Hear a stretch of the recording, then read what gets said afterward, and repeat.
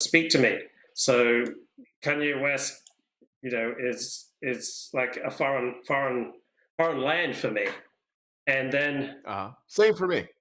I don't relate to his music. I don't relate to his rhetoric. I don't relate to almost anything about him. I don't relate to his choices in life. I don't relate to his experiences in life. I don't relate to his clothing. I don't relate to why people have put him on a pedestal.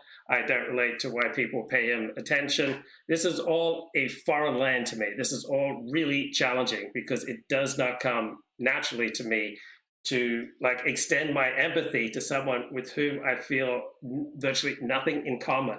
He's not someone that I would choose to spend 5 minutes with, and so I really have to work to try to like understand the world as he understands it. And so I think what's going on with Kanye is a whole combination of things. One, I mean, self-destruction and social destruction has been apparently written into his whole career. Like he's said and done crazy things throughout his career.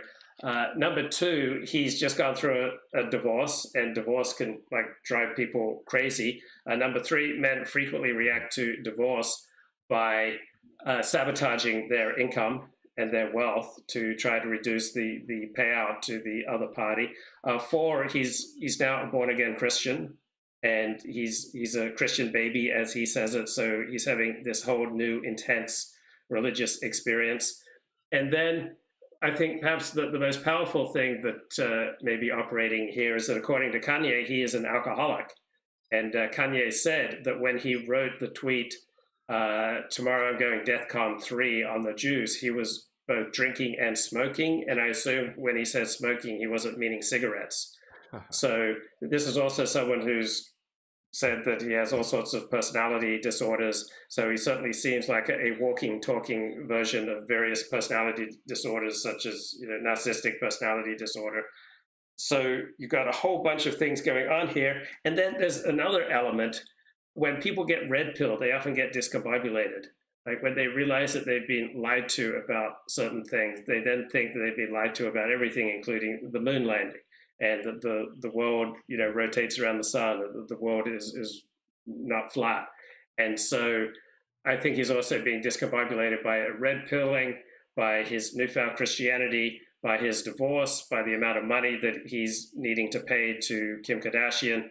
And I think he's being discombobulated by personality disorders. And most influential of all, it sounds like to me from an outside perspective, perhaps by his self-confessed alcoholism. He was under the influence of alcohol and apparently drugs when he made the initial tweet that started this self-destructive spiral. He hasn't backed down on it, though. One would think that after the high of alcohol and drugs wear off, the person would say, "Whoa, what the hell did I do? This is crazy," and then back down. But he's actually ratcheted things up to the point of identifying as a Nazi and praising Hitler, even stating his love for Hitler. It doesn't get much more explicit than that. So it would seem that this, for him, is not just something done in some sort of stupor. Perhaps it was initially, but it's something that is quite intentional at this point. Yeah, but it's intentional in, I mean, alcoholics and sex addicts and people under the force of compulsion do all sorts of crazy things. Like if you're in a bad state to begin with, then things will tend to spiral. I mean, I know in my life experience, I spiral, I either spiral up or I spiral down. So I think spiraling is a very common human experience. And if you've staked out a claim in one area, it's very normal to try to defend it. And then the more you defend it, the more you get attacked. And so the more you kind of hunker down. Now, I don't think that Kanye West is all about genocide. All right, I just finished listening to the complete Alex Jones interview, and when he says "I love Hitler," he means that in the Christian sense that he loves everyone. Right? He talks about he loves Stalin, he loves Chairman Mao, he loves the Zionists, he loves Ari Emanuel, he loves his bitterest enemies. So nowhere does Kanye endorse genocide or any of the horrible things that Hitler did. So when a Christian talks about they love everyone, and I also love Hitler and Stalin and Mao, that doesn't necessarily mean that they are endorsing the genocide carried out by Hitler, Stalin, and Mao. So I don't think he's a genocidal maniac. I don't think he intends harm to anyone. I think he's just in the grip of new ideas in connection with these other things that are troubling him. So words are only 10% of communication, and even if you just look at the words that Kanye is saying, there's nothing in there that he's endorsing starting a world war, that he's endorsing concentration camps, that he's endorsing repressing people, making legal legislation against people on the basis of their ethnicity or their religion.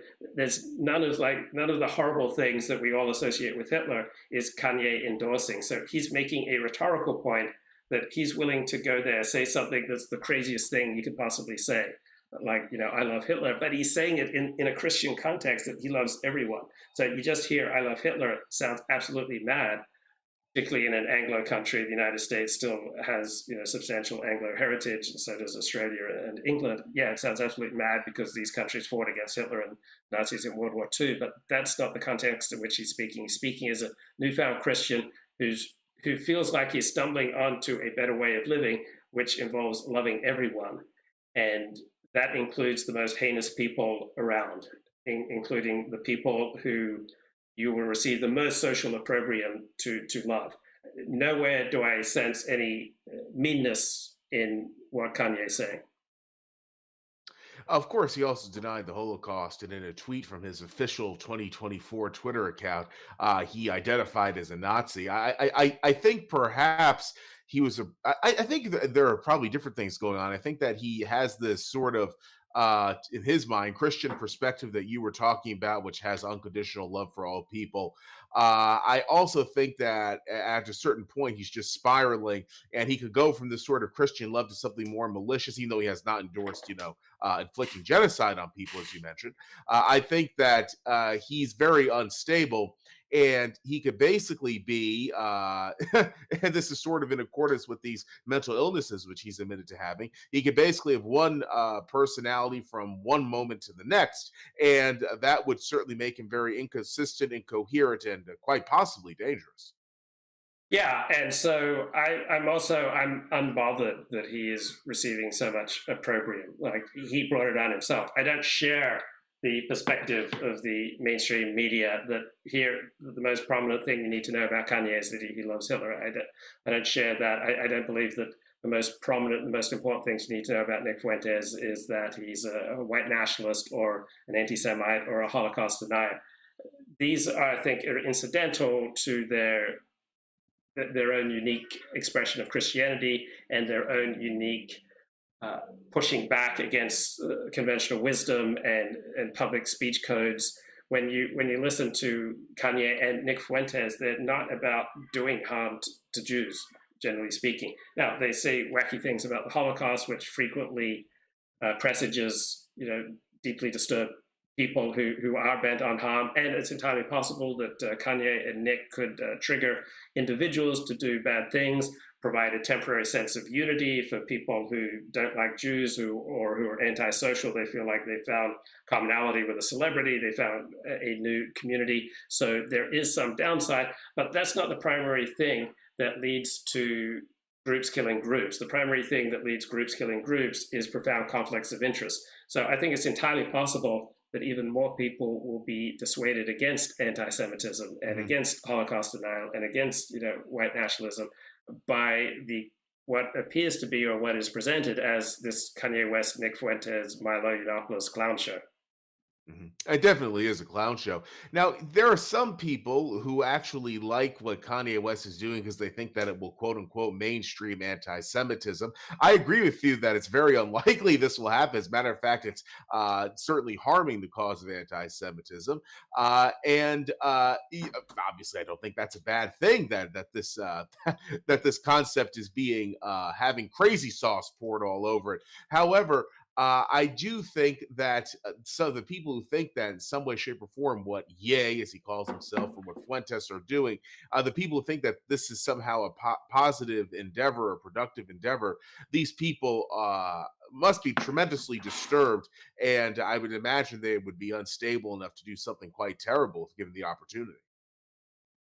Right. So when you're dealing with antisocial, disturbed people, you don't want to be encouraging things that set them off. On the other hand, we don't need to give up free, other values. It's not like there's only one value in life, and that is to minimize the chance that the crazy, dysfunctional, antisocial people go off in a harmful way. There are also other values such as free discussion, freedom of speech, just opening the whole panoply of ideas and discussing them rationally so that certain disturbed individuals could misuse something. That doesn't mean that we say keep the speed limit at 10 miles an hour.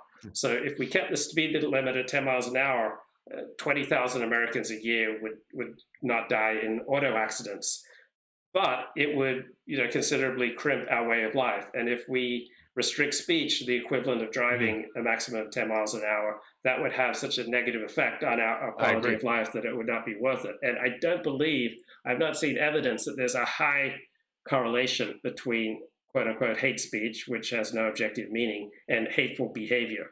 So we have millions of examples in history where people say hateful things without there being any mass murder or genocide. So, on the other hand, it makes sense that sometimes hateful rhetoric does lead to hateful behavior. I just don't think, I'm just not convinced that the correlation is particularly high because there's no objective definition of hate speech that would not include the Bible. And I certainly would not want to see the Bible banned or restricted. So, when people say, bad language leads to bad behavior, I think, yeah, probably in some instances it does. But from my understanding of reality, that's a really low correlation. And the amount of correlation matters. It's not like it's one to one.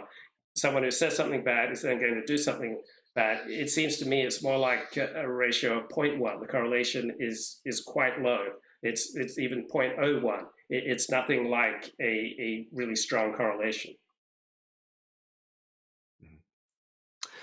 And no, I agree entirely that just because some people can say terrible things, speech should not be curtailed. That's that's an argument that I would argue against vociferously, and I certainly don't think that someone like Ye or Kanye, whatever, should go to jail as he might in a European country or in Canada for saying what he said.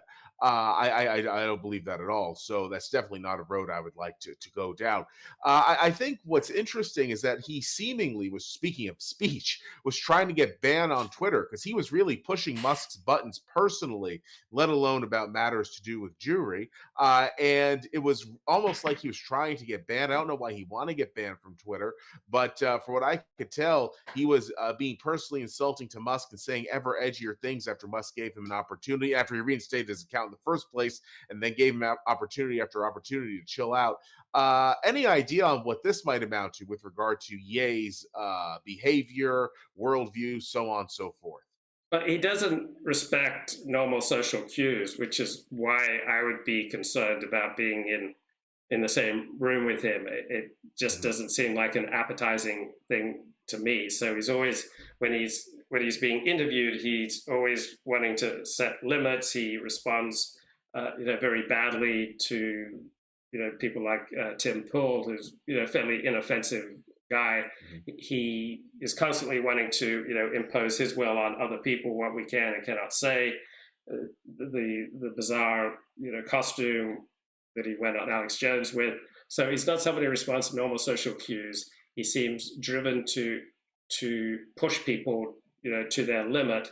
And as someone who's done that myself, to always be testing people, I know what a destructive spiral that is. And so he seems to need to test people to, feel at ease that they really do like and respect him. And so he tests people, way beyond their limits. And so people respond by not liking you and by putting limits on you. I don't know how anyone would interact with Yi without, fairly quickly putting self-protective limits on him, because otherwise it seems like he'd just, run you over, take over the conversation. And so there's this weird hypermania, like grandiosity, narcissism with him that anyone who has to interact with him is immediately going to put limits on him. There's like an insane overestimation of his own abilities and his own Mhm. potential and his own capability. And so this drives people, and I know I've experienced this myself. This that drives people to put limits on you, and then the narcissist and the grandiose personality, like myself and like Kanye, we react very badly to limits, and we just double down, which usually leads to a self-destructive spiral and an antisocial direction, which seems to be what is happening with Kanye. Now, what about his 2024 presidential bid, which was announced, but it's not officially a thing yet in terms of a legal organization? Uh, he can't accept donations, basically. That's what I'm saying. What do you think this is? Do you think he's seriously trying to run for president, or do you think this is just some vehicle for him to get attention purely from the start? That's what it was intended to be, or maybe something else? Am I on the wrong track? I think it's just grandiosity. I mean, isn't that the most American thing? Like, isn't there, a story that, every American kid thinks he can grow up to become president one day, that if you're a great person, then, would you run for president? So, will Tom Brady run for president? Well, back in the day, would David Petraeus run for president? Dwight Eisenhower was a great general, so, well, he ran for president. So we're influenced by the society that we're in, and there's kind of an ethos in America that if you are great or seem to be great, then people start talking about you running for president, and then the grandiose personality will seize on that and go, oh yeah, why not me? Why not me? So I don't think it's serious. He's not someone who strikes me as capable of running a serious political campaign, but it does seem like a typical discussion that someone with a grandiose sense of themselves would indulge in. Now, there is the theory, and I believe you began to touch on this earlier, that Kanye slash Ye slash West decided to do this whole meltdown because he wants to minimize his net worth, so he does not have to pay Kim Kardashian over $2 million a year, $200,000 a month in child support payments. And she's much wealthier than he is, so that on its own has to sting. She also very publicly carries on with other men, so that has to sting worse. So obviously, Kanye West's financial situation is quite terrible with this judgment. But the fact that he's paying someone who has more money than him and who's going to be publicly carrying on with other men as he gives her money, that just has to make it worse emotionally. So, do you think that he has the intelligence or wherewithal to plan out something like this all along, just to make it a sort of basically pseudo asset protection scheme, this meltdown, knowing that it would cause him to lose all this money? Or do you think that that point of view, given someone like Kanye, is probably not accurate? Any take on it?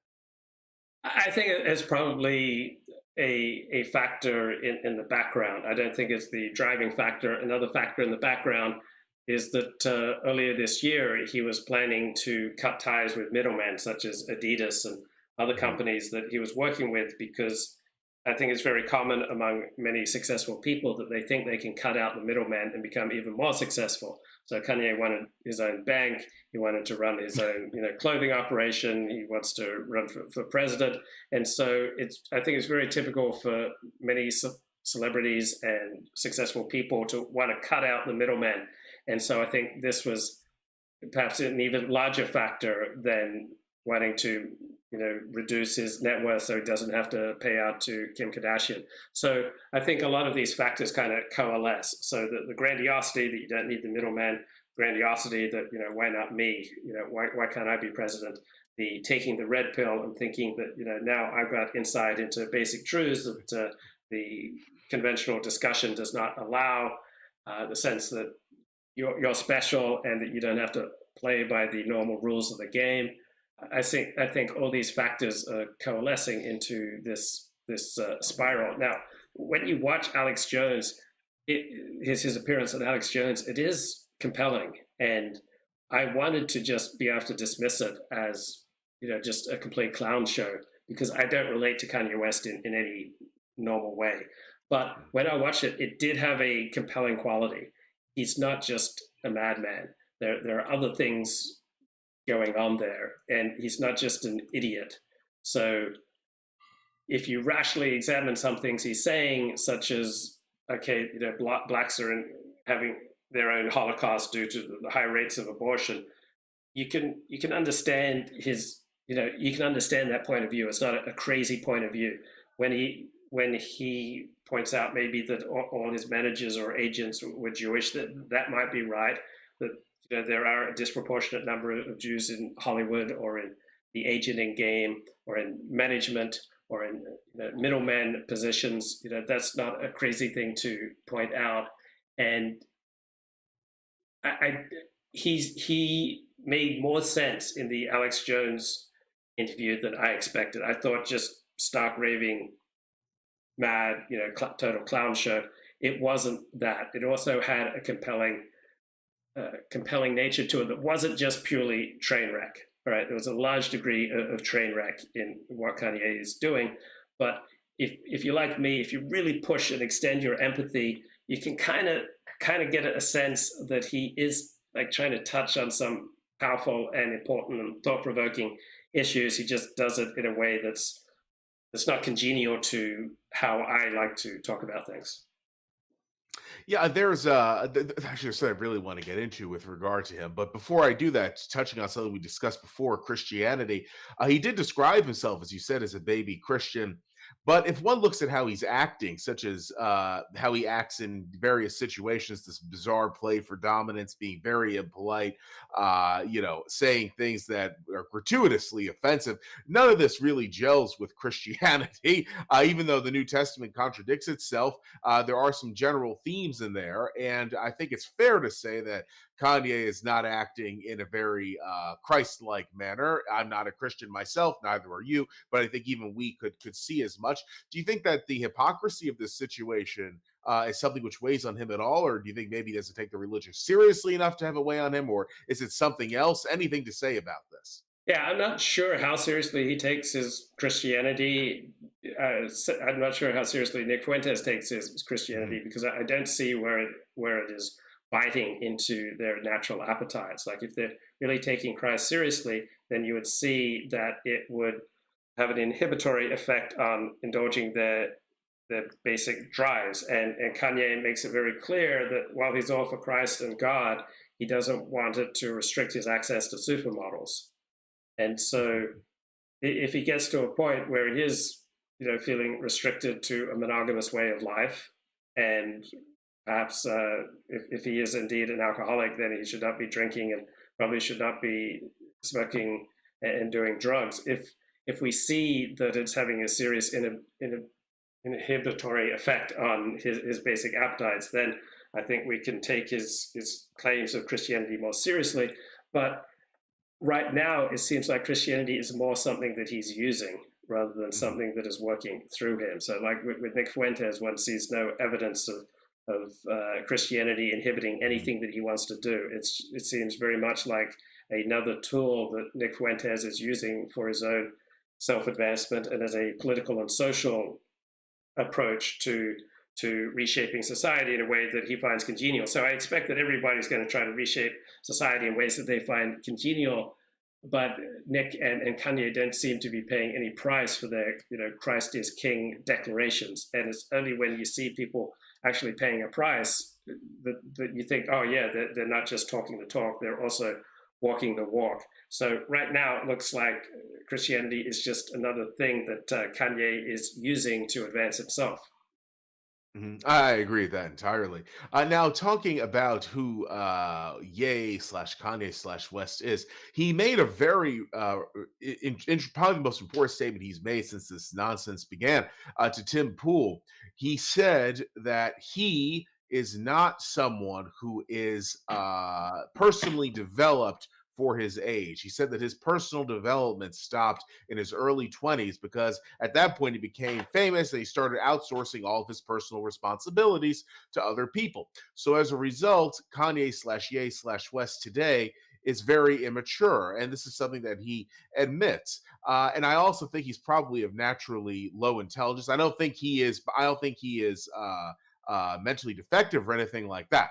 I think he has probably has an IQ in the 80s, which is intelligent enough to do certain things, but the guy is never going to be a biochemist. However, I think that if you combine his low intelligence and his severely retarded personal development, which is not talking about IQ in that regard, it's talking about how what his maturity rate is. I think that he is someone who is uniquely predisposed to doing crazy things and to do stuff without expecting any sort of consequences for his actions. And I think he's been indulged by no shortage of people from many different walks of life over the years, over the decades. And now, perhaps him having to account for what he's doing is causing him to just lose touch with reality and live more in a fantasy. And that certainly opens him up to people like Milo Yiannopoulos, Ali Akbar. Now he calls himself Ali Alexander. And then there is the presence of Nick Fuentes too. So it's an interesting and a very sad state of affairs. Anything to say about what I brought up? Yeah, I think you're absolutely right. Number one, I think what unites people like Alex Jones, Ali Akbar, Nick Fuentes, Milo Yiannopoulos, and Kanye West is their overwhelming grandiosity and their willingness to go to where the attention lies. I think this unites them much more powerfully than any particular ideology. This unites them more than anti-Semitism or white nationalism or American nationalism or the MAGA movement. That these are people strongly bent on self-advancement, going to where the attention goes. Number two, Neil Strauss, a Rolling Stone journalist, made the point that pretty much every rock star he met and got to know had the ability to, one, captivate a large audience, and number two, be absolutely helpless at the normal tasks of daily life. And I think that goes for Kanye West, but I think that would probably be true for a lot of other people in his Definitely. genre. I think this is just pretty common to celebrities. And so, at least with Kanye, you do get at times some self awareness and some humility that is kind of winning. That is, he has a kind of a weird charisma about it. It's a very bizarre, interesting situation. Now, what about this whole thing with Fuentes and such? Now, Fuentes is interesting because, as we both know, he was until what basically a few days ago this Euro-American traditionalist focused on Euro-American history, heritage, and culture, and he actually has done things which could fairly be described as white nationalist or white supremacist. He certainly has dipped his toes into that pool. However, now he is in a servile position to a black man who acts in a very to say stereotypical sounds a bit nasty, but he acts in a way that is not becoming with regard to Afro American stereotypes. So Fuentes basically has done a 180, it seems, on the racial issue, and I don't think he's even bringing up race much nowadays for obvious reasons. What do you think's going on with Fuentes here? Because this is a rather shocking pivot from my perspective with regard to him. I don't think Fuentes is shocking, and I don't think he is pivoting. He's never primarily made it his thing to denigrate black people. He's never really been a white nationalist. Mickey Kaus made this point in his weekly Parrot Room discussions with Robert Wright that Nick Fuentes, to the extent he's an anti-Semite, he's unlike all our previous understandings of anti-Semites. He is not primarily about trying to hurt the Jews. If he is a white nationalist, he's unlike pretty much any other white nationalist we've seen before. So I don't think anti-Semite, Holocaust denier, white nationalists really primarily apply to Nick. Nick is a fairly conservative guy with some open race realist attitudes and some Jewish skepticism that was a large part of traditional Christianity. So Nick doesn't really speak that differently than hundreds of thousands of Christians prior to World War II. So Nick is simply refusing to obey the new speech codes that have essentially applied to Christians since World War II, since the Holocaust, that they need to become more Jew sensitive. My father was born in 1929, and he had the same kind of Jew skeptical attitudes of Nick Fuentes. I don't think like Holocaust denial is a primary part of Nick's campaign. He made one joke about it. Now Kanye keeps denying the Holocaust, but he's not presenting any evidence. He's obviously not a scholar. He's not someone who's thinking things through. So I think with Nick, this is I would be my bent would be to look for a through line. So I think people make sense at least in their own head. So hating blacks was never a large part of Nick Fuentes. He is someone with kind of a make America great mission. Whether it's with Trump or without Trump, he's someone with pre World War II Christian attitudes on life. Very common attitudes, and so he is seeing a new opportunity. But Nick strikes me as a pretty stable guy. So he doesn't strike me as unstable like Kanye West. He doesn't strike me as unstable like Milo Yiannopoulos. He doesn't strike me as criminally inclined like Ali Akbar. Nick, under tremendous pressure and having tremendous success over the past 4 years, has maintained himself in a fairly consistent fashion. He may emphasize one thing more or less depending on context, but what strikes me about Nick is that he is consistent, that he's able to maintain a high level of stability, and he's he's tremendously gifted. He is charismatic. He does do things that not one person in 10,000 could do. He's able to hold down a show on his own for 2 hours a night and get thousands upon thousands of live viewers. This is unique. So he is gifted. He's smart. He's glib. He's articulate. He does seem to believe in things, and I think he's willing to try something new. And if it doesn't work out, he'll just go back to his show. So while Milo and Ali Akbar and Kanye, I think, are highly emotionally unstable, Nick strikes me as a fairly stable guy, and I do see a consistency with what he's doing. I do see a through line with what he's doing, and I think if it doesn't work out, he'll just pivot to something else. Now, there's recently video of him throwing a soda on somebody at a restaurant, but the context of that is they first threw ketchup on him. So if someone throws ketchup on you, it is not irrational or necessarily unhealthy for you to respond by throwing a soda back at them.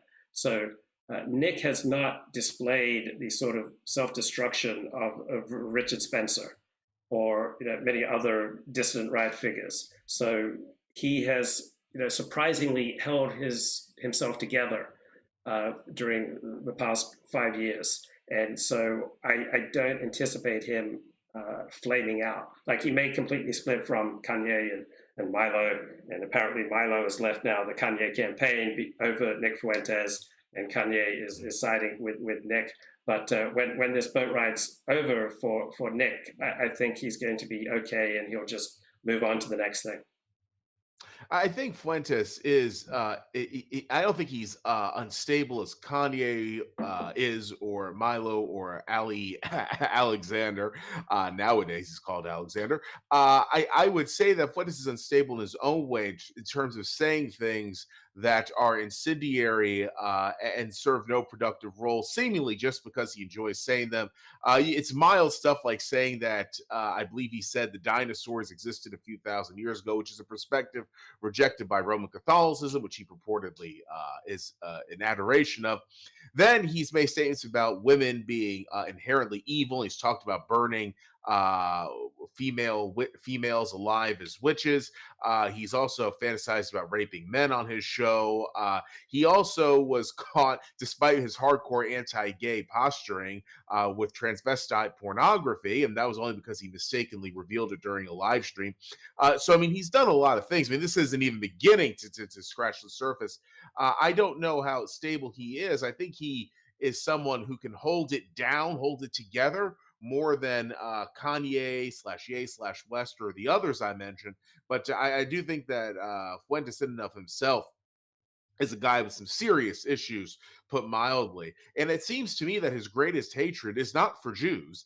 Even though he's harping on anti-Semitism now tremendously, even more than he used to in the past, but I think it's probably for women. And it's rather interesting because he has talked about how men being a pseudo romantic with each other, a term that I believe he described as being quote unquote sussy, is or pseudo sexual, if you want to be more blunt. He said it's based. So it seems to me that he is definitely someone with a dislike for women of a certain kind, but at the same time, he has a public image of somebody who dislikes gays. And I would say that this inherent contradiction in Fuentes probably inspires him to do a lot of this stuff. And if this contradiction were not there, he'd probably be a much more productive person. Right. So it's kind of a lot of weird behavior. And I was just listening to his appearance on Alex Jones with Kanye, and he talked about how Israel had murdered John F. Kennedy and Robert F. Kennedy. I mean, that's just nuts. There's no evidence for that. So Nick does say a lot of things that are just nuts, and he's probably if you just place him in the genre, he's an entertainer with a political component, and so just like you shouldn't be shocked if a stand-up comic says something that's factually inaccurate. Nick is really doing a form of stand-up on his shows, on his public appearances, with a more substantial political component compared to most stand-ups. Now, he apparently doesn't care for women. He wouldn't be the first person who's deeply closeted homosexual who perhaps takes on the role of incel, even though he's not involuntarily celibate, because I'm sure there are a lot of women and men who'd like to get with him. But I think he's just like left these doors closed, the sexual expression. So if it's true, he's still a virgin. He's just chosen to close those doors, as many great men in history have. They've decided, okay, there are certain doors in my life that I'm going to keep closed so that I can get certain things done. Now, I'm sure this has a warping effect on him, but it also may have some beneficial effects in that it focuses his energy on his career and on his production. So, yeah, everything comes with a cost. And so, if he was out sleeping around, or if he was married, if he had kids, all right, those things would all come with a cost, and they would all restrict his live streaming. Uh, at the same time, he's warped by the lack of intimacy in his life. He apparently doesn't have friends. He just either has followers or allies, and he's not in romantic relationships. So I'm sure that warps him, gives him a distorted view of life. On the other hand, kind of like a monk, it kind of frees him up to dedicate himself to his holy calling of live streaming. So of course that's going to come through in a warped and dysfunctional way, but he's not immolating like, say, Richard Spencer did. And this is a question about, well, actually, it's a question I had intended for Ye slash Kanye slash West, but since we're talking about Fuentes, I'll ask it about him, then West. Do you think that Fuentes really believes most of what he says, or do you think it's all sort of like an act for him just lashing out on pure emotion? What do you think? I think it's a combo. So he is an entertainer, and I once watched a YouTube video on how to excel at doing YouTube live streams, whether you're a gamer or someone just talking, and it makes the point you should just start throwing off everything in your head, except that which will get you in trouble. And so to be good at what we're doing now, it is really helpful to be incredibly candid and share a lot of crazy things that go on in your head. And so that's part of what makes Nick so successful, is that he just shares a lot of crazy things in his head that normal people would never share. I do think, though, that there is like a fundamental through line in his politics. So yeah, I believe that he believes half of what he says, and then the other half of what he says just thinks he's throwing off. What about Kanye slash Ye slash West? Do you think, because I don't think he'd be as calculated as Fuentes is in terms of anything that he says or how he goes about his public life, his extremely public life. Do you think that he really believes what he's saying about this stuff, or you think he's just sort of spouting off? There was the argument that's all a lie calculated to get his net worth down to zero so he doesn't have to pay Kardashian, who once again is wealthier and carrying on with other men. And those two things, I think, would just make a lot of men want to reduce their wealth out of spite so they don't have to pay this person. That much is understandable. But I would also say that I don't think that Ye slash West slash Kanye is intelligent enough to pull something like that off. Right. So this reminds me of a story I reported in the porn industry where there's this male actor who is apparently transmitting HIV to a couple of dozen porn stars. And so was he doing this intentionally because he altered his test to be able to keep performing? And the guy was doing so many drugs that I'm not sure how much of his right faculties he was in. And so the way that Kanye speaks and acts seems to me, from an outside perspective, pretty common to other people working in his genre. And so I don't generally see a whole lot of calculation and thought and rationality and philosophical depth and profundity in his genre. So he seems like pretty much any Mhm. other rapper. It's just that he's rapping about now his newfound love of Jesus and his newfound love of being red pilled, and it just seems it just it's so uncomfortable to try to take these people seriously. Now, I Uh-huh. guess we have to because like he's got 35 million following, but I don't see how he's less coherent or less rational than other members of his genre. Yeah, now here's an interesting thing. I was saying that when spoke about my perspective of Kanye slash Way Ye slash West not being intelligent. Some people said, or somebody said, I think it was only one person. This guy made $1 billion. He became this music icon. Blah blah blah. And I responded something to the effect of, well, it doesn't take any genius to become a successful rapper. Rap is a very primitive form of music, and one need not be very intellectual in order to rise to the top of the totem pole of something like that. Then I also discussed the fact that this guy had been managed by people who are much more intelligent than he is in order to build his, now collapsed business empire. And left to his own devices, he would never be able to carry that on as we see today.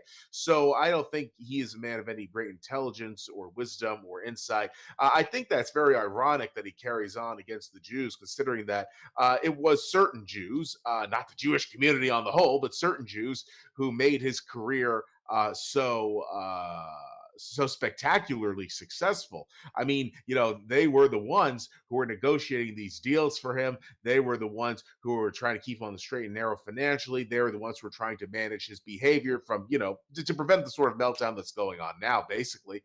And yet he turns on these people. He basically bit the hand which fed him, and now he's just lashing out. This is sort of very infantile, childlike behavior, and it does actually make a lot of sense in the context of him still being developmentally speaking a young man, even though he's in his mid 40s now. So it's really something. I actually think that if you were to look at this rationally, you would see that the Jews, whom he dislikes, really without them, he wouldn't have been much of anything. And of course, the only Jews who had an influence over his career in a major way are the ones who are directly involved with it. But all the same, I think that perhaps a lot of his anti-Semitism is rooted in him being rather ungrateful and egotistical and just perhaps plain nasty personality wise. I even heard him blaming the you know who's for Kim Kardashian having sex with Pete Davidson. It's really, really strange. He said that the you know who's misled her as a quote unquote good Christian woman, end quote, to do this thing. And meanwhile, she's not even married to him anymore. Really bizarre stuff. Yeah, yeah. I mean, he is bizarre from my perspective, and I think from most people's perspective. On the other hand, I do think he's considerably more intelligent than you give him credit for. I would say an IQ in the 120s. So I give him credit for the things that he's built. He has built approximately a $1 billion empire. Yeah, he had a lot of help with that, but I don't know anyone else with an IQ in the 80s who developed a $1 billion empire even with a lot of help. I mean, normally people with like I'm thinking of the boxer Muhammad Ali. He was illiterate. Supposedly had an IQ in the 70s. He didn't build, this huge empire. Like, he went through money fairly easily. So I do give Kanye credit for what he's built, even though it's all a foreign foreign world to me. And the nasty part of Kanye is also the charming part in that he's very spontaneous. He just says what's on his head, and so that comes with lots of downsides, but it comes with lots of upsides. So apparently this is a man of, it seems to me, of considerable intelligence, considerable talent, considerable ability, all in areas that are a foreign language to me. And he's a difficult person, but many people who've accomplished great things, like Steve Jobs, also have been very difficult people.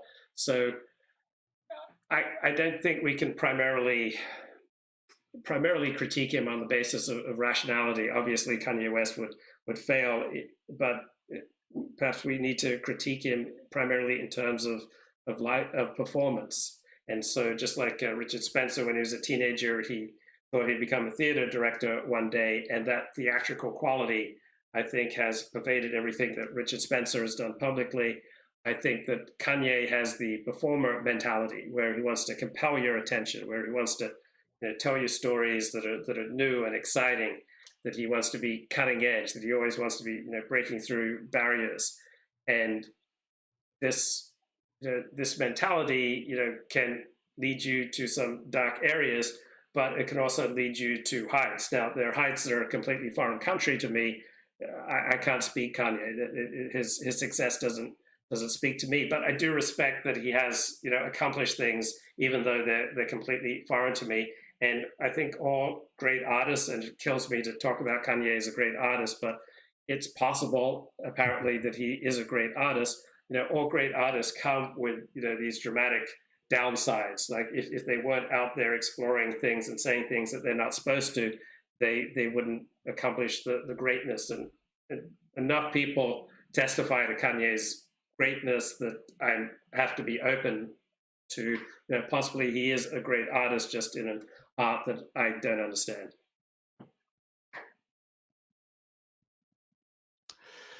I where do you think this is going to go with Kanye slash Ye slash West? I mean, if he continues on his present trajectory, he's going to be, I mean, totally broke like Skid Row with a crack pipe. Whether or not he'll continue on this trajectory, though, to me is the big question. Say in 3 years' time, where do you expect him to be? Maybe Louis Farrakhan is a good analogy. So normally you can't thrive in public life and be consistently critical of Jews. So normally you just get crushed. But Farrakhan has survived, and he's been fairly consistently critical of Jews. So maybe Kanye will develop a niche following, so a much smaller following. He'll pay a huge financial price for what he's done, but he will find he's attracting a new audience, and it may be very exciting for him. So yeah, I'd say like a Louis Farrakhan, I think, would be a good analogy. He'll remain in public life, he'll remain essentially a persona non grata, but he'll be there kind of on the margins. Or David Duke, right? David Duke still shows up in the news. He's a punchline for a lot of jokes, but he still gets some news media attention. People still talk about him. So maybe a Farrakhan trajectory. It could be. I don't think that I'm not a Farrakhan fan at all, needless to say, but I don't think that Kanye slash Ye slash West has Farrakhan's discipline. So I don't think he'd be able to make it as a Farrakhan type figure. I think that this continues to literally just be some guy out on the street on Alameda in LA,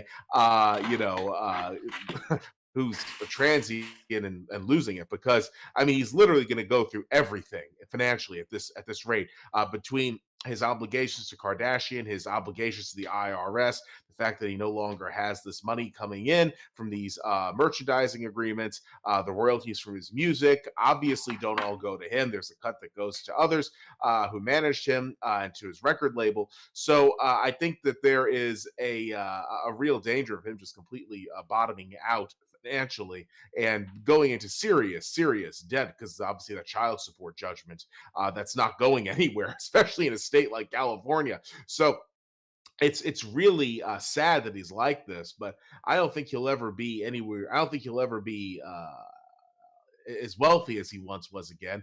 And I don't know that he'll ever be able to pull himself to a point where he could just be self-sustaining financially. Yeah, I'm open to a more positive trajectory for Kanye than you are, but he's made many surprising moves in his life. So he may, find a surprising way to get out of this, and he may get some, surprising guidance that he actually listens to. So I don't, America loves redemption, and so I I I, I see positive things in his future. On the other hand, what happens to so many rappers? They get shot. They self destruct in so many ways. They get AIDS. They die frequently horrible deaths. Now, I think he's considerably more intelligent than most rappers. That I see a brighter future possibility for him. On the other hand, if he got institutionalized, if he did the ultimate in self-destruction, it wouldn't surprise me. But so 50% of me says, yeah, Kato's right. Just a continuing downward trajectory for Kanye West. 50% of me sees a more hopeful trajectory for Kanye. So I'm not at all certain that he's headed for the bottom, and I'm also not at all certain that he's headed for in a positive direction. So I think his life and his trajectory is still very much up in the air. I don't think he is doomed in any one direction. I don't think fate is taking over this story, and it's just we'll look back on it in 10 years and go, oh yeah, of course he was just heading there. I still think it's up for grabs. I still think he can pull himself together. I think he can say things that are less inflammatory, more helpful to people, that are more pro-social, that he might listen to wiser heads, and he might even turn this thing around. We shall see. For certain, we shall see. Now, what do you think about getting to Milo and to the Ali Akbar, Ali Alexander, now called fella? With these guys, it says something very bad about Kanye that he allowed them as well as Fuentes to have such influence over him, given the track record of all three. But Milo, when one looks at him, he's openly admitted to having material that he uses against people that he saved without their knowledge for the intent of using it against them.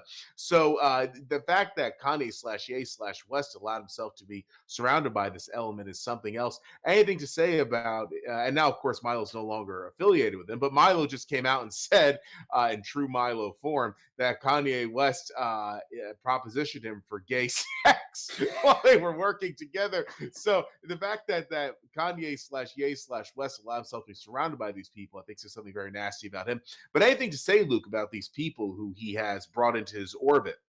Yeah. So when the African National Congress was fighting its side in the battle against South Africa's apartheid regime, they welcomed support wherever they could get it, and I understand, primarily or at least substantially came from communists, It and did. uh, and I don't think that necessarily indicates a lot more than that they were willing to take help from any corner. And so I think Kanye is willing to take help from any corner. I think that the Candace Owens relationship, so that's an ongoing relationship that he's had with Candace Owens for years. I think that's perhaps red pilled him.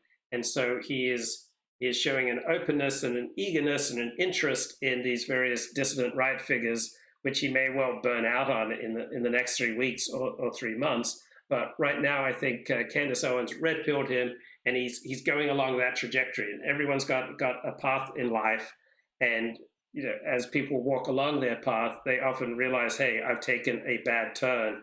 Let me either retrace my steps or let me go in a completely different direction.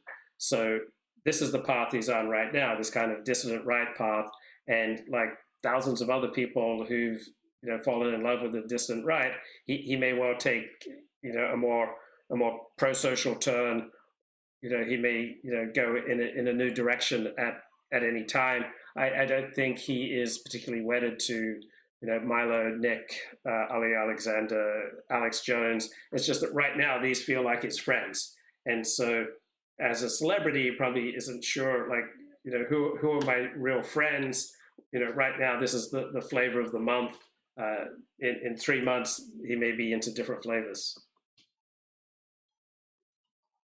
Uh, that's a very apt way of putting it. Now, who do you think Kanye slash Ye slash West is really talking to at this point with his ramblings? Obviously, it's not the entirety of the audience which embraced him as an artist. It's a much smaller group. Who do you think is really interested in what he's saying? Some people say it's very like downscale whites. Other people say it's down it's young black men.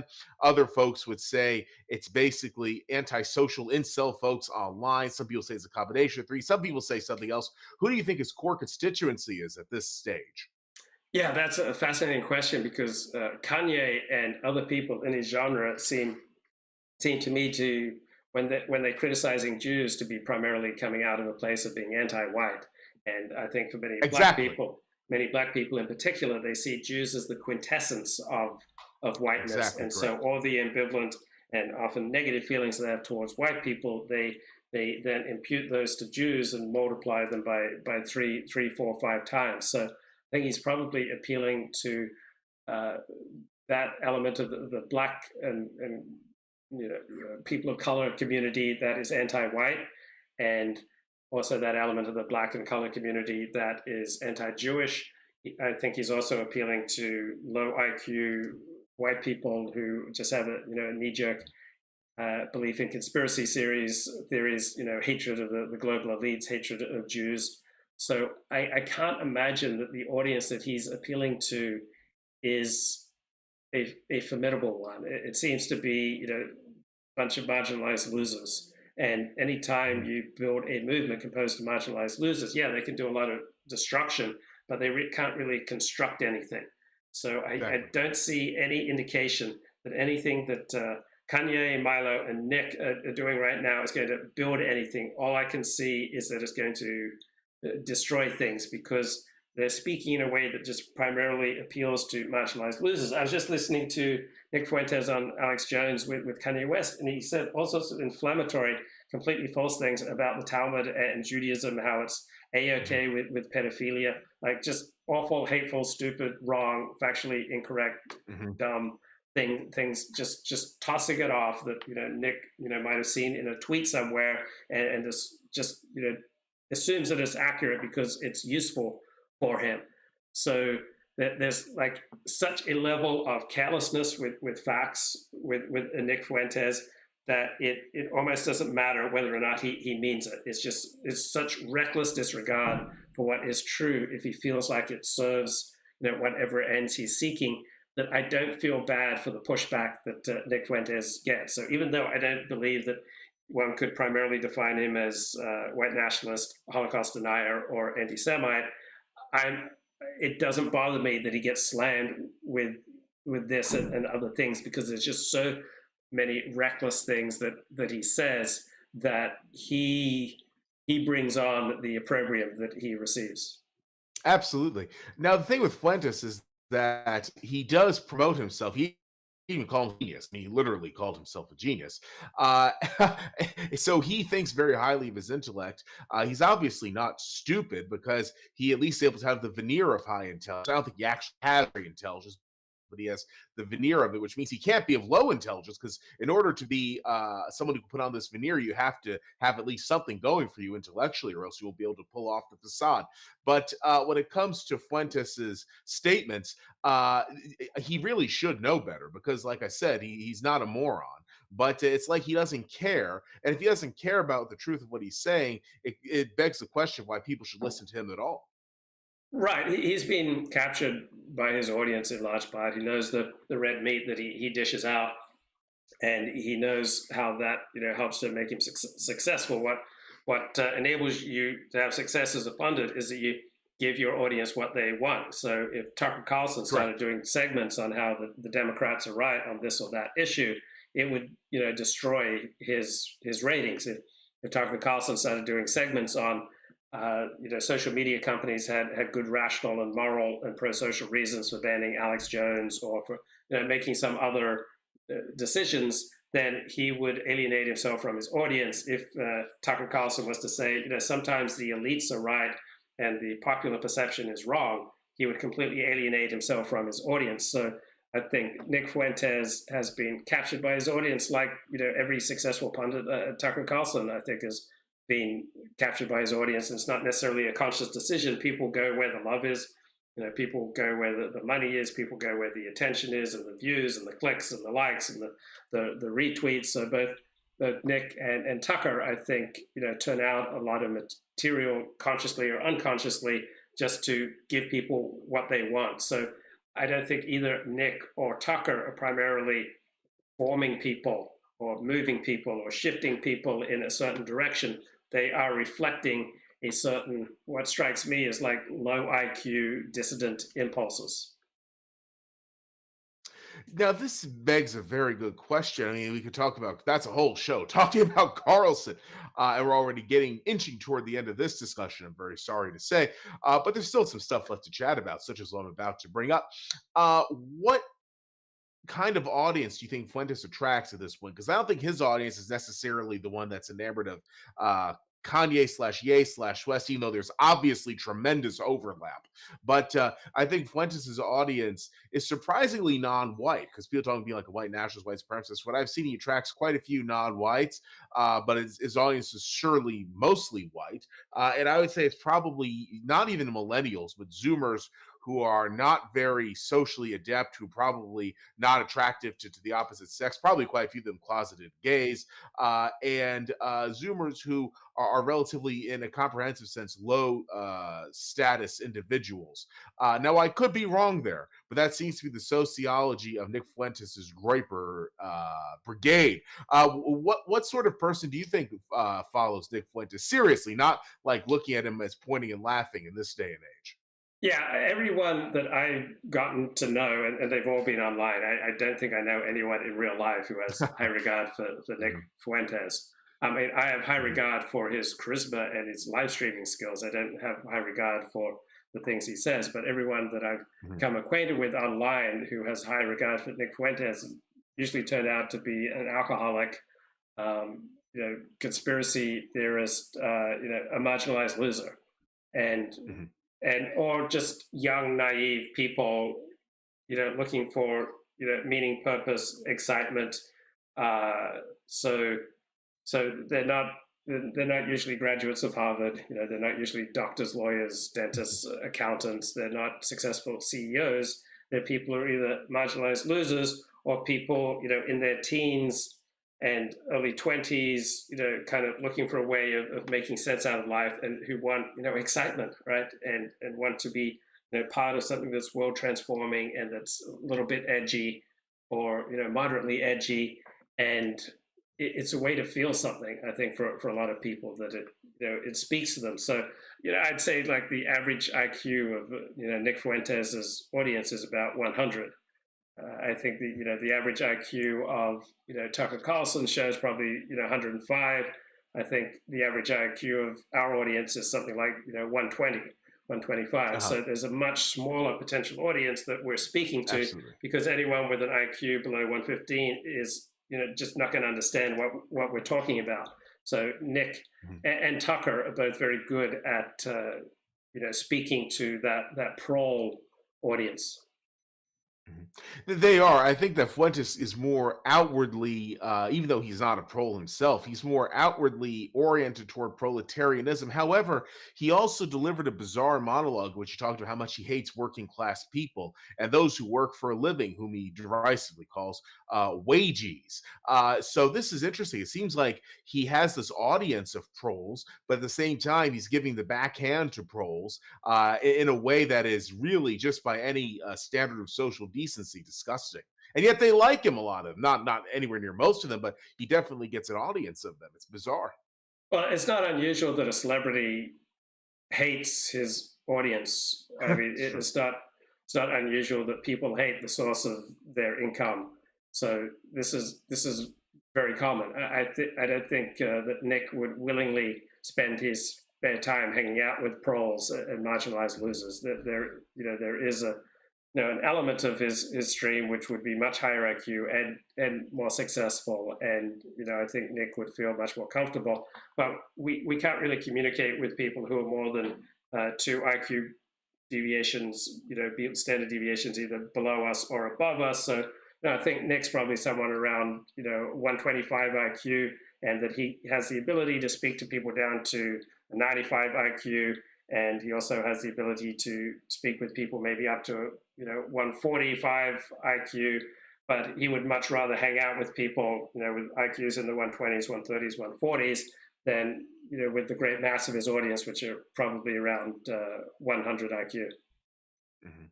I don't know that a lot of people stay in his audience. I think he has a lot of cycling in and out, and certainly as he's become more marginalized, it's harder for people to cycle in because he's harder to get to. He has his own platform now where he streams, but it's not obviously not boosted by mainstream social media websites or anything like that. So that's the situation there. I find this whole thing though with Kanye slash Ye slash West to be very fascinating and very sad, and I really think he's on a bad trajectory, and it's a shame because even though I don't think much of his intelligence or his skills as a quote unquote artist, I don't like seeing somebody doing this to him or herself. It's just crazy, and it's highly destructive on the whole because it can also inspire others to self-immolate, and these are always tragic things, but a lot of people today just don't seem to care. I really do think that what's happening with him is a sign of the times, and it's definitely a sign of very troubled times. Yeah. So I think I'll go back to point number one of my perspective, and that just came to me a few minutes before we did this show when I was listening to Kanye talk on Alex Jones. That one, he regards himself as an alcoholic, and yet two, he was drinking and smoking when he made "I'm Going DEFCON 3" on the juice. So this is someone in the grip of a compulsion that apparently is stronger than he is, and I think if he got sober, I think we'd see very different behavior from Kanye West. And so Mhm. this is true for a lot of people. If you get into a spot of gratitude, it can just completely transform how you see the world. So you can think about your boss and think about everything that's wrong with your boss, or you can think about the things that are good with your boss. You can think about family and the kind and loving things they've done for you, and from that place you'll act and speak very differently than if you were just fixated and cataloging everything that your family's done wrong or done bad by you. So I think when people can get into a place of gratitude for the kindness and love that's been shown to them, and then wanting to hold on to those relationships where they've experienced kindness and love, then you see reality much more clearly and you behave in a much socially responsible manner. But if you create a following, which I think Nick has done and Kanye has done and Richard has done in the past, following that is primarily based around hatred for outgroups, then that encourages your worst impulses. And Certainly. so one has to sober up, which means not just quitting the drugs and the alcohol and the pornography and self-destructive relationships, but also get into a place where you keep at the forefront of your mind the relationships that are most important to you. So most of my closest friendships are with Orthodox Jews, and I Mhm. kind of carry a sense of those connections with me. That even when I'm live streaming with secularist Joseph Cotto, or when I'm walking down the street, those are the most important relationships. Like that is the container in which I live my life. I have a sense of the love and connection that I Certainly. feel and experience within Orthodox Judaism, and then I carry that out into everything else I do. So I wouldn't want to be seen doing anything antisocial. I wouldn't want to be seen, doing anything bad or just even looking inappropriate, because it could, hurt and affect those most important relationships. Now, if your most important relationships are by people who are consumed with hatred and loathing and fear of outgroups, then that's only going to encourage the worst in you. So people have to connect to to those who have shown them love and to maintain those relationships. And if you're trying to fill yourself with outside attention, which seems like what Kanye is doing and what Nick Fuentes is doing, you're just going to be a bottomless hole. That's also like a Richard Spencer. He, Mhm. whenever you used to see him on a live stream, he was always drinking liquor. Now he sounds, even though he's Yes. gone towards the left in many ways, he speaks in a much more sober way these days. Why does he speak in a more sober way? Because he's quit drinking, right? So Richard Spencer on alcohol and on drugs is a very different person from a Richard Spencer who's sober. I think Kanye West, who is abstaining from drugs and alcohol, is going to be a very different person than a Kanye West indulging drugs and alcohol. And then a Kanye West who is focusing on those relationships that are most important to him from people who've given him love and kindness, and gets into a place of feeling gratitude for people who've extended love and kindness for him. If he lives in that space, if he's connected to that feeling and then is in that mode, he will make much more pro-social decisions. He will make wiser, more sober decisions. So you can get hooked on a lot of things, including fear and loathing for out groups, drugs, alcohol, sex, pornography, etc. But we have to connect to those relationships that are most important, because then we see the world more clearly and we behave in a much more effective manner. Without question, I mean that's I agree with that entirely. Before we really do begin to wrap things up, what Richard Spencer's arc has been a truly astounding one. He was somebody who was very openly, one might say, white nationalist or even white supremacist, and he now is someone who sounds totally, to me, you cannot separate him from the rhetoric on MSNBC. Now, I totally understand leaving the white nationalist slash white supremacist movement. It's a good thing. These are toxic movements, but to the extent that he has changed his views, it seems to me almost artificial in that he would just do this 180. It's really, really, to me, strange. Typically, one would think that people would reconsider their views, have more nuanced takes on this, that, the other thing, not just chuck everything out and then adopt everything from the other side. Anything to say about this, Luke?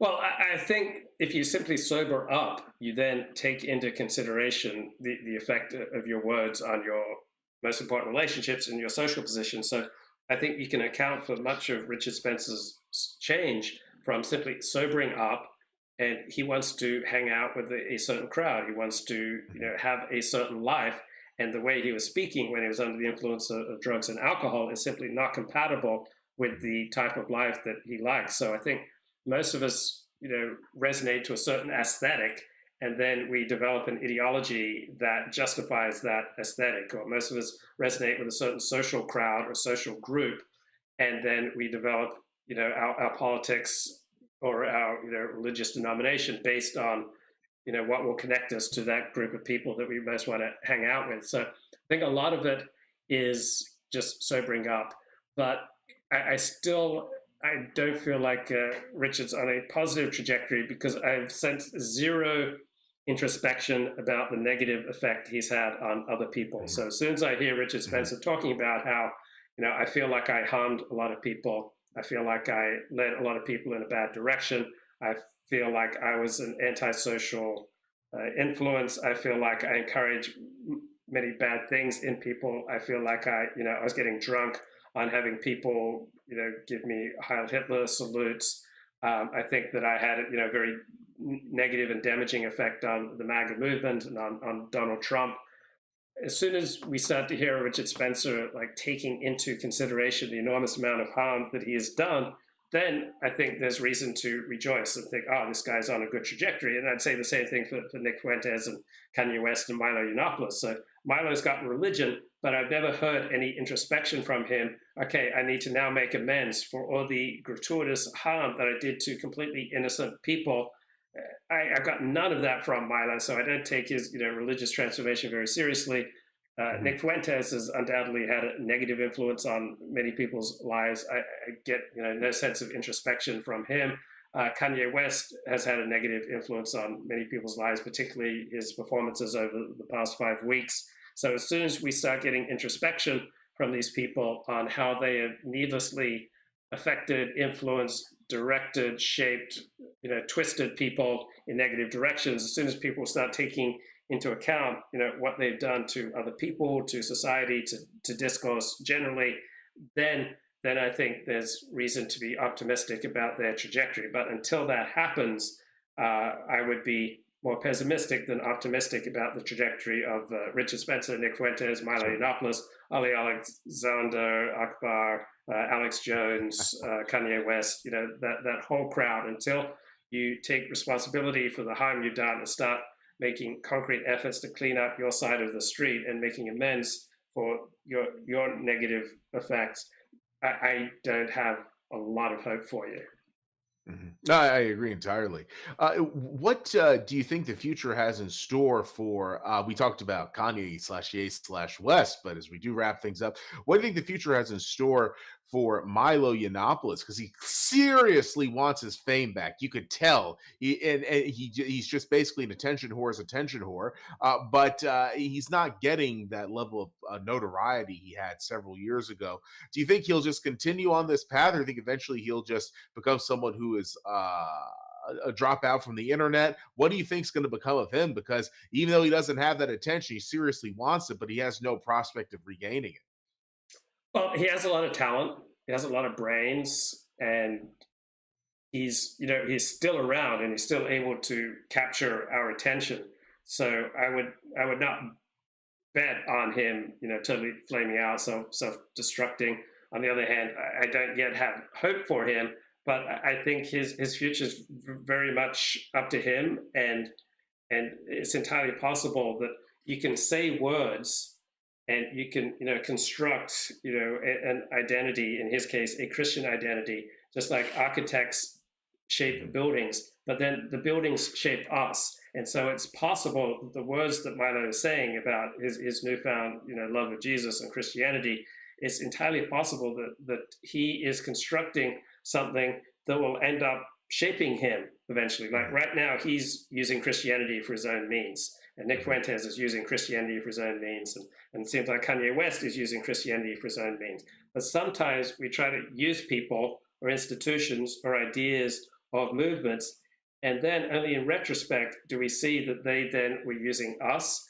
And so it's entirely possible that Milo may right now building a temple of empty words about Jesus that might become a real temple that perhaps shapes him in a positive direction. And finally, Nick Fuentes, what do you think the future has in store for him? He's probably, aside from Kanye, the most interesting person here because he had a massive following a few years ago on YouTube. He's getting like 250,000 views per episode between people who watch during a live stream and those who watch the replay. And now he's down to his website where he gets, I think, on average about 6,000 views live, 6,000 views afterward. It's a fraction of what he used to get, and he's getting older. He's in his I think mid 20s now, or I think he is in his. Let me think. Yeah, I believe he is in his mid 20s. Yeah, he'd have to be. So he doing the whole precocious Alex P. Keaton with quote unquote base politics thing cannot last. And he's getting more and more marginalized. And certainly his thing with Kanye slash Ye slash West is going to further put him on the margins. I don't know he'll have an audience as time goes along because a lot of people cycle in and out of there. He's not widely available enough now in his show to have a lot of people cycling in. What do you think the future holds for him? Well, he has so much talent. He has so much charisma. He is so glib. He is such a great speaker, live streamer. On the other hand, he has ghettoized himself. He has essentially made his world smaller and smaller. So there are these contrary forces that are working against each other. So I think 50% chance he's got a good future that he can turn things around. 50% chance that he just makes his world smaller and smaller. I think out of everyone that we've talked about, he's the most psychologically stable. I think overall, watching his streams, they're not overall, some hateful, antisocial thing, even though they contain, gratuitously hateful and some antisocial elements. But most of his streaming is just kind of, fun Zoomer level entertainment.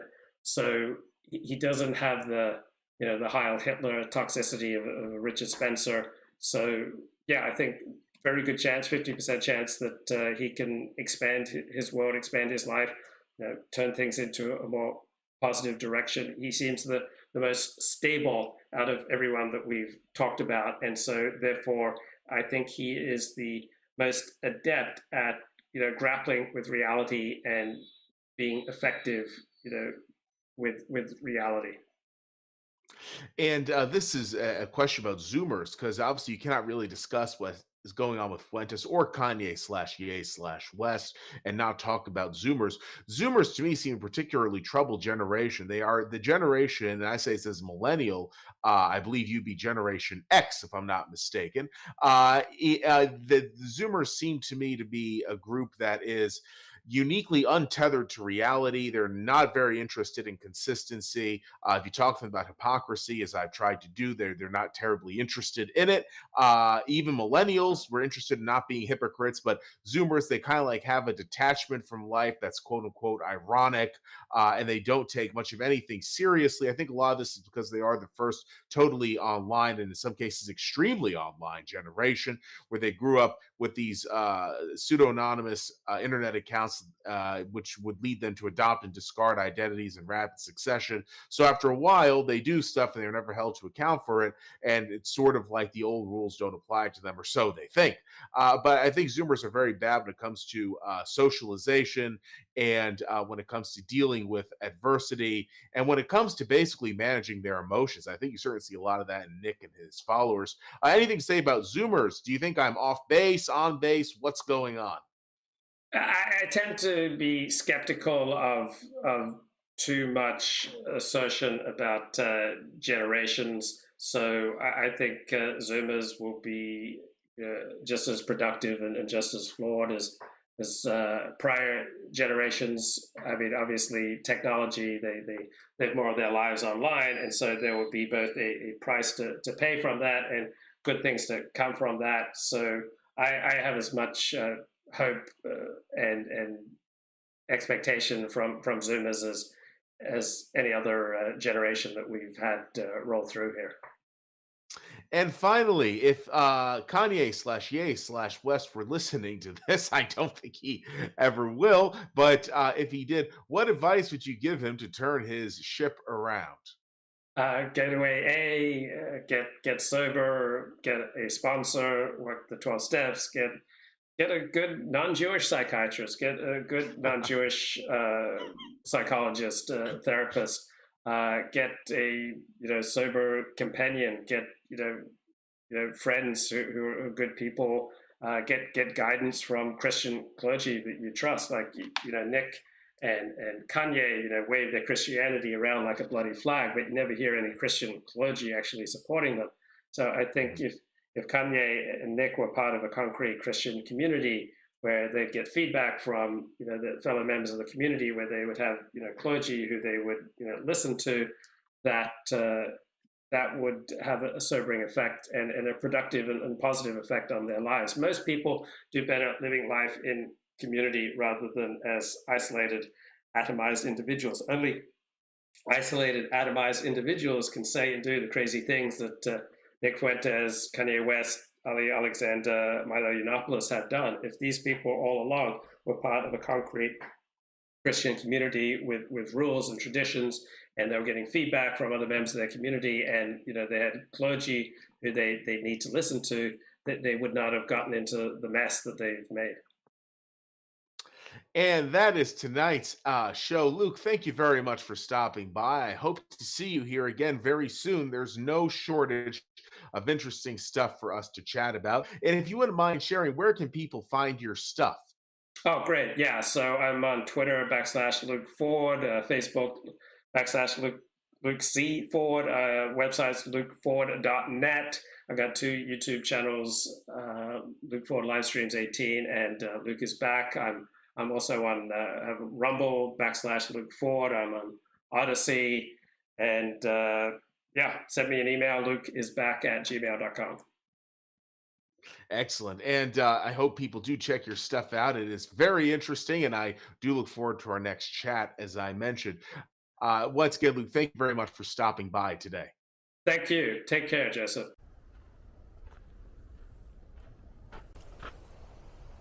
G'day mate, 40 here. So, upon reflection, upon watching all of Kanye's performance on Alex Jones, I want to do like a Richard Spencer hot new take and say I was wrong about Kanye. Like, he is more compelling than the clips and the media portrayals reveal, right? He makes a little more sense, right? I'm not saying a lot more sense, a little more sense than mainstream media portrayals give you. He's asking, why can't we talk about these things? Why can't we recognize the humanity of everyone, including Nazis and communists and Hitler and Stalin and Mao? And I think he's got an exaggerated sense of Zionist influence and Jewish influence. And I don't think he's a king of rational discourse. I don't think he's a king of, evidence-based argumentation. But there's something childlike and almost touching about some of it. Right? And at the same time, I have no problem with people who say, oh, it's poisonous and it's deteriorating public discourse. So I'm all over the map, as you can tell, as usual. Like, I was just thinking, like, I'm in La Perouse, and a lot of Muslims here in full regalia, and I'm here with my fringes out, my yarmulke on, and there's absolutely no negative vibe between us, right? So I'm thinking there are a lot of advantages having a society where it's incentivized not to stress differences, but to stress, what you have in common. You're all Aussies, or you're all at least in Australia, and to kind of mute, religious, racial, ethnic differences, and so discourage religious, racial, ethnic nationalisms, in the interest of civic nationalism. And that's not to deny exclusive religious truth claims, but how do you carry them? Do you carry them in a heavy way, in a way that puts people off, or do you maybe not emphasize them? And just because you're a civic nationalist, look, we're all Australians, we're all patriotic Australians here, doesn't mean that you don't have religious, ideological, and other forms of nationalism going on. But maybe you just don't talk about them publicly, right? So there's something to be said for the power that comes from civic nationalist identity, and it's never exclusive, right? Still got your exclusive, all right, these are all military installations. So you still got your racial, religious, ethnic, and ideological understandings of nationalism. But when those expressions are frowned upon, you don't express them publicly. I was walking with this Israeli Orthodox Jew in Los Angeles, and he was like yelling out, "Death to the Arabs." It's like, I understand your sentiment, I just don't think that's a good idea to yell out loud in front of Jews or non-Jews. Just maybe play it cool. Right? You don't have to wear your hatred for Arabs on your sleeve. Also, I don't think that intensity of outrage, or hatred, really serves you at this time and place, right? If you're about to go into battle, right, then that level of intensity serves you. But normally, it doesn't serve you to have antipathy for outgroups at more than about a 3 out of 10. Now, Fred Luskin, Stanford psychologist, wrote the book on forgiveness called Forgive for Good. But he doesn't work with intractable enmities between groups where there's no political solution. So he works with people in Northern Ireland, right, Protestants and Catholics, right? But that's only after there's been a political solution found. So he doesn't work with Middle Eastern Muslims and Jews because he doesn't like to feel bad. As there's no political solution for the enmity right now, he just doesn't think that his work can be effective. So that's powerful. If you've got a festering, open conflict for which there is no political solution, then forgiveness is not necessarily going to be viable. And this is Fred Luskin, right? The author of Forgive for Good, right? So if you're living in an area that is riven by racial, religious, ethnic, or ideological conflict, and there's no political solution, right? So some Americans right now are living in a situation where they feel like there's no political solution for the enmity between their side and the other side. And forgiveness may not be effective in these situations. This is Fred Luskin talking. This isn't 40 talking. This isn't Richard Spencer talking. This isn't Kanye West talking or Alex Jones. This is Fred Luskin, Stanford psychologist, Forgive for Good dude. Without political solution, you're not going to make much progress on forgiveness. Like where the wounds are raw, right? Where the conflict remains existential, as intellectuals would like to say, but where conflict remains life and death in your feeling, then forgiveness is a lot more difficult, so much so that Fred Luskin and Stanford don't even want to attempt it. Right? It's that difficult. So, yeah, generally speaking, having a forgiving attitude serves you. And Fred Luskin used the unbelievable example, I think, of Amy Bull, an American university student who came to South Africa to do good, and her killers saw her as a representative of apartheid and murdered her.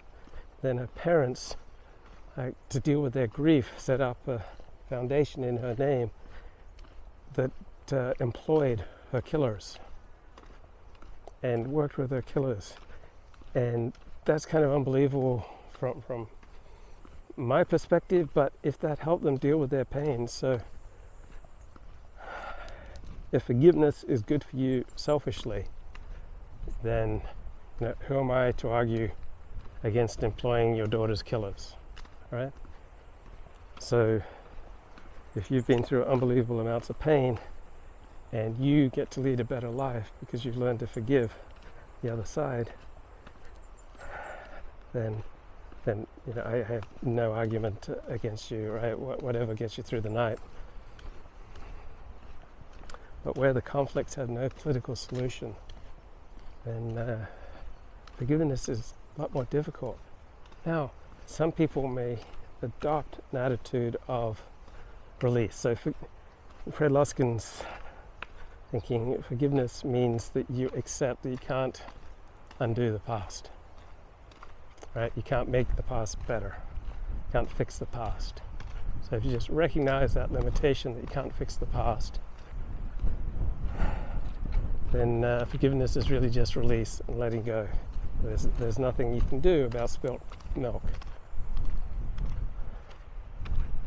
And he says that we will be more effective at life, we will be happier, we will see things more clearly, we will be more at ease with ourselves and with other people if we adopt an attitude of gratitude and love.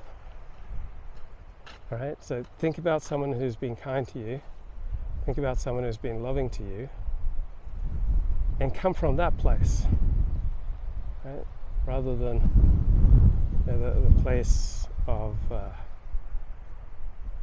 hatred and anger and resentment, and maybe come from the place of gratitude for having had that experience of being loved and treasured and nurtured and had beautiful things done for you. That you'll be more effective, that you'll be calmer, that you'll be healthier, that you'll be happier. Right? So I deal with a lot of political, religious, cultural conflict on my show. And so when people's wounds are raw, you're not gonna make much progress. But it's just over there, little ways, that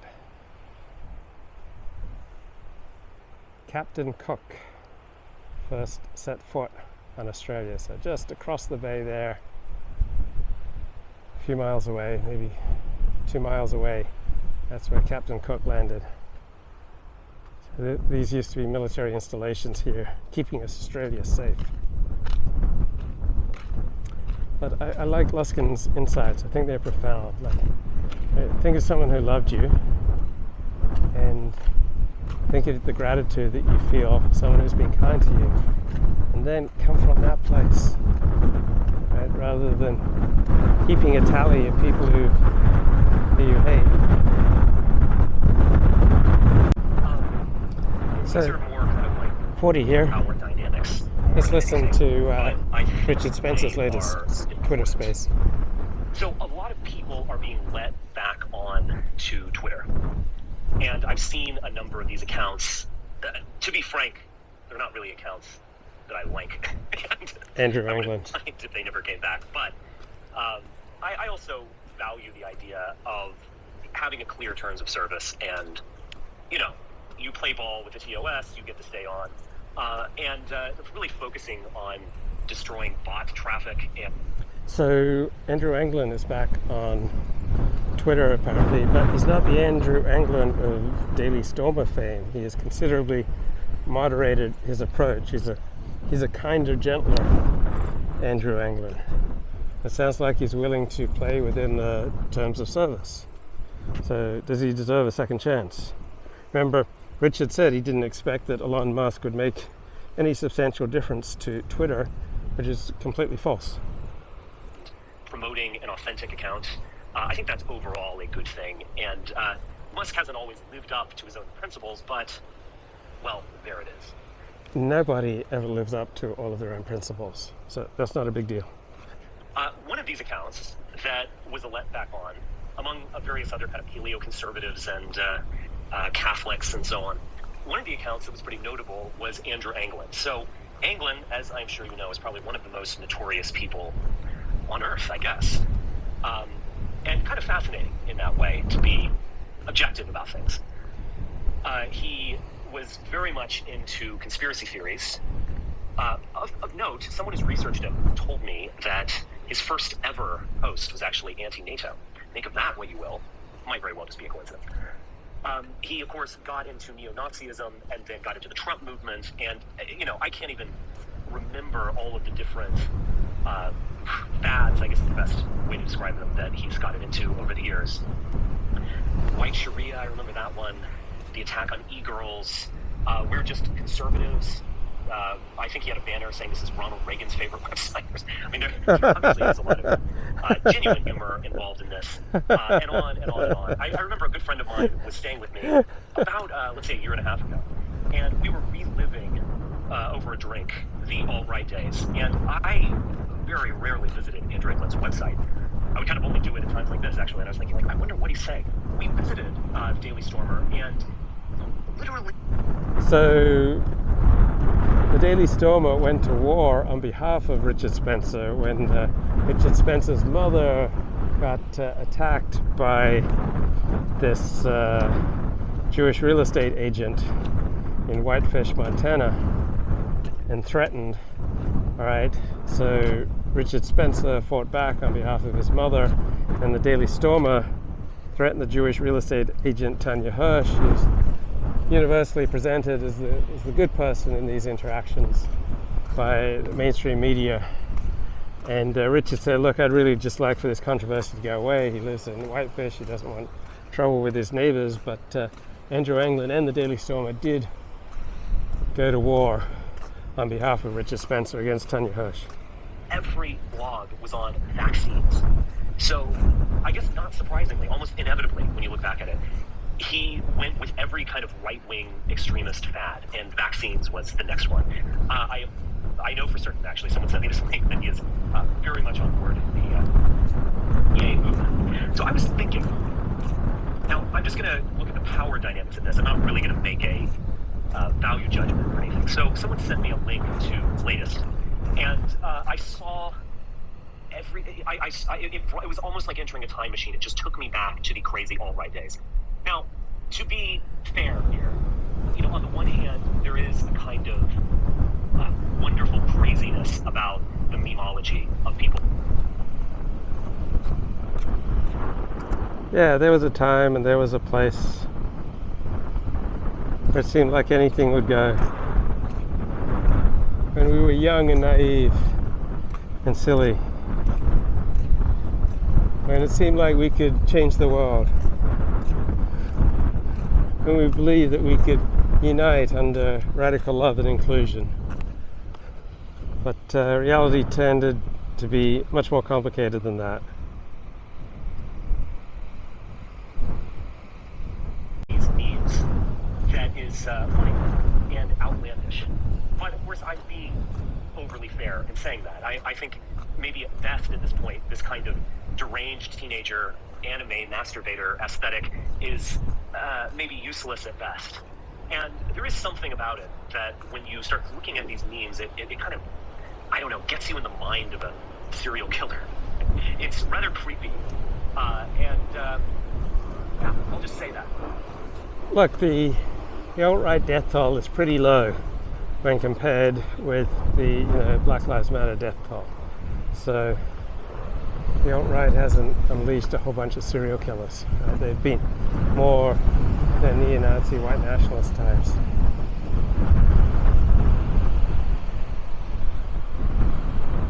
There's something genuinely creepy about it.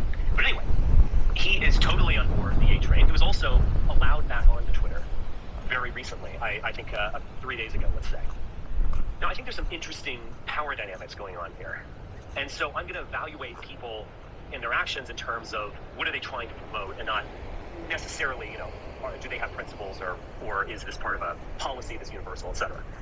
So there has been a move to DeSantis that happened actually long before the midterms and the anti-Trump animus that we saw from right after that. I remember Joe Rogan said, like, DeSantis, and he kind of dissed Trump a bit. This was 6 months ago, long before the midterms. Elon seems to be putting his lot in with, let's call him the alt-right. So he had this space that the other day that I didn't listen to the whole thing. I listened to a few highlights, but I can just say the only way to describe it is utterly embarrassing. Here we have a man who's a billionaire who probably doesn't get called a genius these days, but certainly a year ago he had people eating out of the palm of his hand and declaring him a genius. He's going to save the world from global warming and pollution and send us to Mars to boot, etc. And he's hanging out with e-grifters and lowlifes. Well, guess what? In some circumstances, Elon Musk is a genius. In other circumstances, he's embarrassing. Like many of us. Like Richard is good in some areas, really stupid in other areas. So Richard has really developed a loathing for Elon Musk. Just thinks he's a scam artist. And that may be an element of Elon Musk's approach, but scam artist is not an appropriate title, I think, for the world's richest man. And people who are this best described really as alt-right. They kind of use some of the Anglin or 4chan terminology. They pick up on some of the memes, but it's all more Republican friendly and kind of defensible. You could deflect away from any serious intent involved. And here you have this billionaire talking with him. I mean, it's just incredible on some level. The level of slumming kind of can't be underestimated. Well, Peter Thiel has also had his conversations with dissidents on the right. So, of course, Thiel and Elon Musk, used to run PayPal together.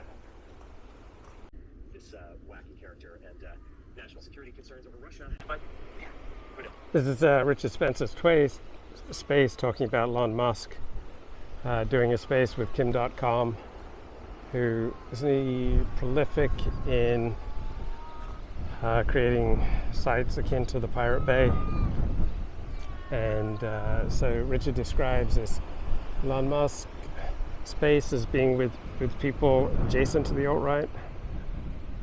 So, on one level, if we just look at these data points and we say, all right, Trump he's a Republican now. He's overtly telling you to vote Republican, and he's on the DeSantis train. Musk. It's Musk. Bringing back Anglin, could that be understood as kind of part of that motivation? That whatever you want to say about Anglin, and I don't think Elon endorses Anglin by any stretch of the imagination. Nevertheless, that crazy alt-right Dionysian energy coincided, at the very least, with Trump's election in 2016, and might very well have been decisive. Decisive? Really? Factor in his election, which was a Hail Mary pass to begin. Oh, I find it hard to believe that it was completed decisive. for a touchdown. You might not like it, and I'm not just saying this to be PC or something. I genuinely don't think Elon would endorse any of that stuff. You might not like it, but you might need it. And but what's kind of fascinating about this? Man, here I am on the edge of the world, and I can't get good, steady internet connection, man. Just trying to play a Twitter space